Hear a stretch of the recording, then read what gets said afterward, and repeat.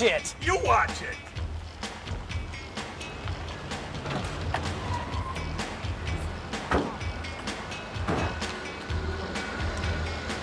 You almost hit that lady. Yeah, not even close.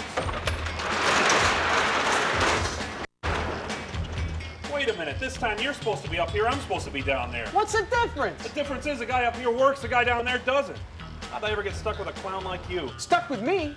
Hey, I'm fourth generation refrigeration. The McBride family has delivered refrigerators of ice all the way back to my great-grandfather, John McBride.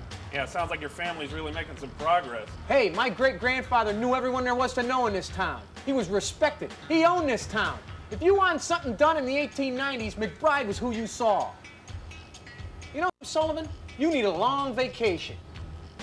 Come on, Mikey. Come on, Mike. That's it, Mike.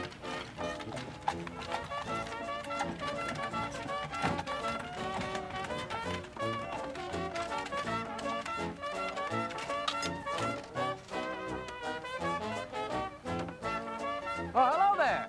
Name's McBride. Been bringing ice to people for about 7 years now. I figure it's a thing. People are always going to need ice, and that's a fact. So if you don't want your meat to go bad, sooner or later, I'm going to pay you a visit. You plan on working today? Chicago's a great town. I don't care what you say. You can have New York and Paris and all those other places. Chicago's got them beat, no doubt about it. Of course, I've never been to any of those other places. Never been out of Chicago, if you want the truth of it. People come from the farms and the towns and from all over the world to Chicago. My father and mother came from Ireland almost 40 years ago. You've got a chance to make a lot of money here. Why, I've delivered ice to some of those mansions on Prairie Avenue. You know, Pullman, Armour, and Marshall Field. They all live there. Their houses look like castles. And I've been in them, too. Well, just in the kitchen, mind you. It's not like George Pullman invited me over for dinner or anything. Since that strike in '94, Pullman's been hated by the working man. And that's who I see most, working people. Seems like everyone works, even kids. Like this kid whose family I delivered to.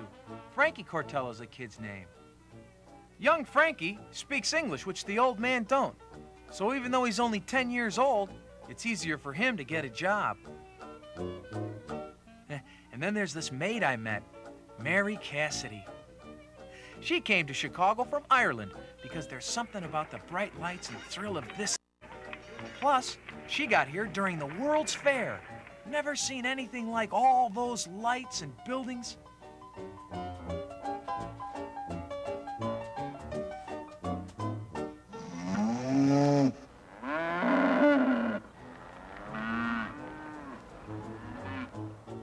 Things on the south side seem a little tougher.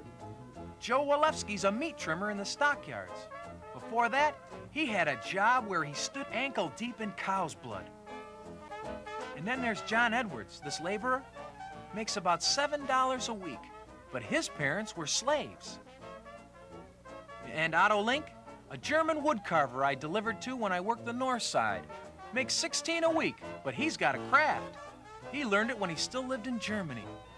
People around here don't have time to learn a craft. They're too busy trying to put food on the table. Come on, McBride, the meat's not getting any cooler in there. Well, I gotta go. Like I said, people are always gonna need ice. Hey, how come you take all this block? I always get stuck with the big block. I'm sick of this.